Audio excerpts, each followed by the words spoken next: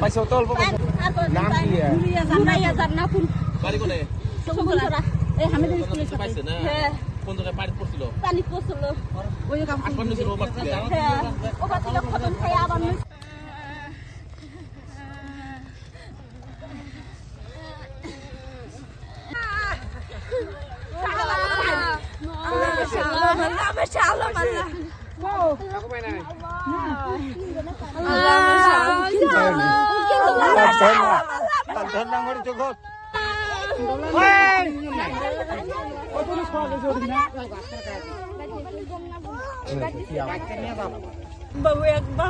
নাম কি